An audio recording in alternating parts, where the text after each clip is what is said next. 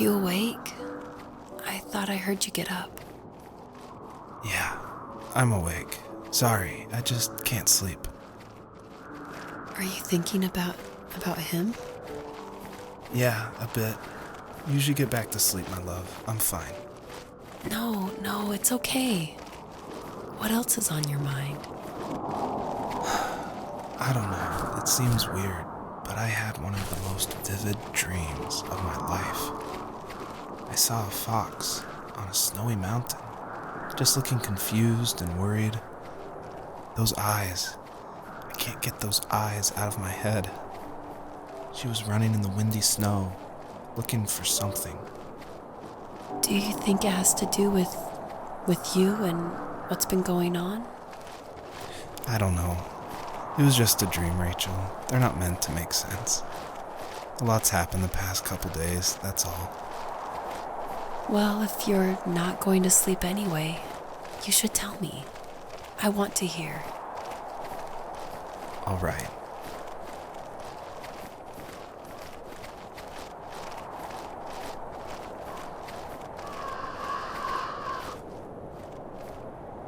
So, not far from her home, she followed that path to something unexpected.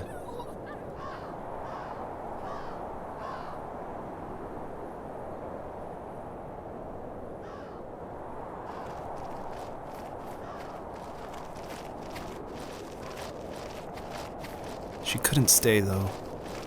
She had to find her other 2 children. So she took that path. She followed it towards something ancient. Something with answers.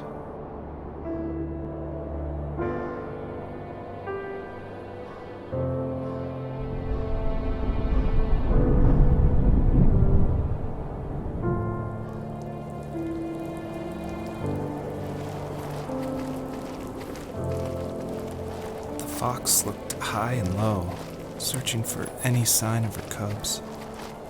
Points of light showed the way to this ancient tree. It was as if each one had a story to tell, all their own. The land was trying to tell my story, too. I felt like I was right behind her the whole time.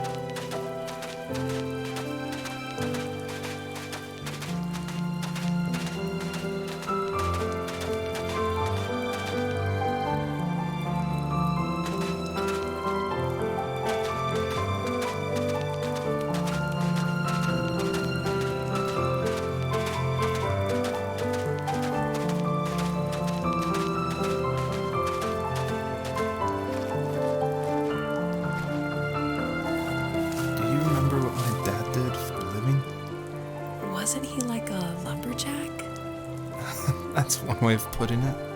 If wood was a canvas, then a carving knife was his paintbrush. Even after working a 50-hour week, even after his hands were more splinters than skin, he would bring home the nicest piece of Alaskan weeping cedar and make me toys. That wooden train was the first toy I can remember, and I loved it. I just knew from a young age I was going to be a lumberjack, like my father.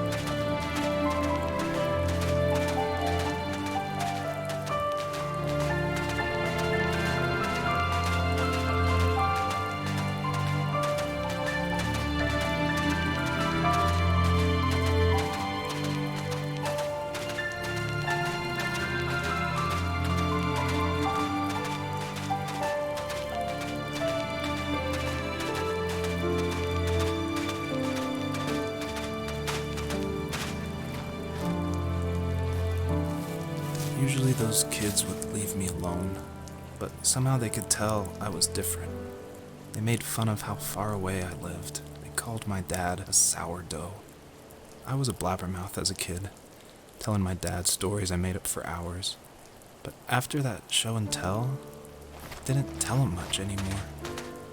He didn't know exactly what was wrong, but his best guess was that the toys he carved weren't cool enough.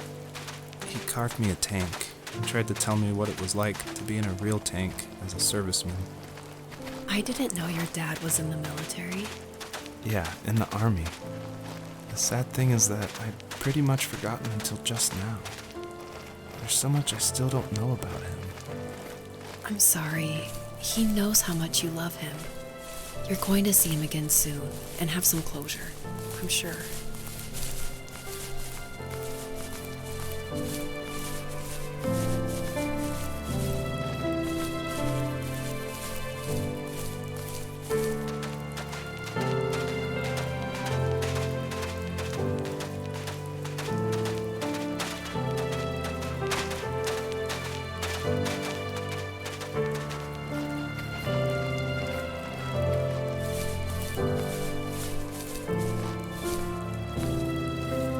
The older I got, the more I withdrew.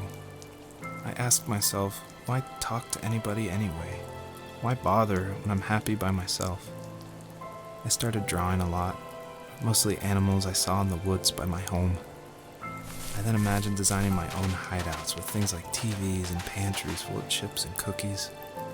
I think that idea of leaving home and drawing blueprints started my career. I found a lot of solace in that. I'm not surprised, but I did the same thing, you know? There's something special about having a place to call your own. And now look at us. Well, if you count renting in an overpriced city. It's as close as we can get for now.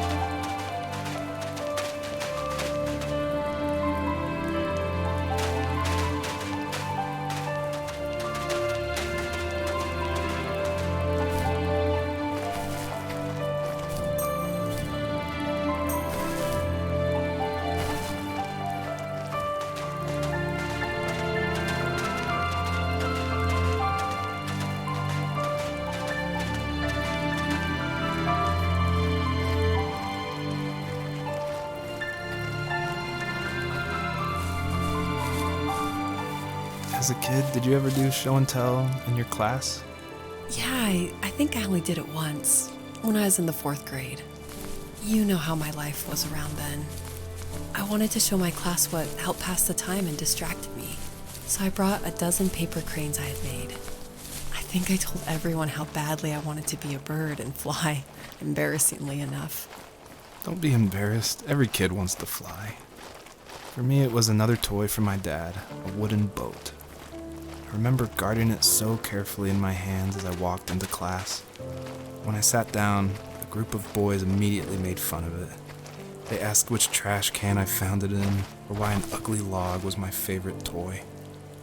When I got up, I didn't even want to tell them my dad had carved it. I said it was a joke gift my friend had given me. Kids can be so cruel. Some of them are. I shouldn't have let them get to me, but it did. It's amazing we bounced back at all.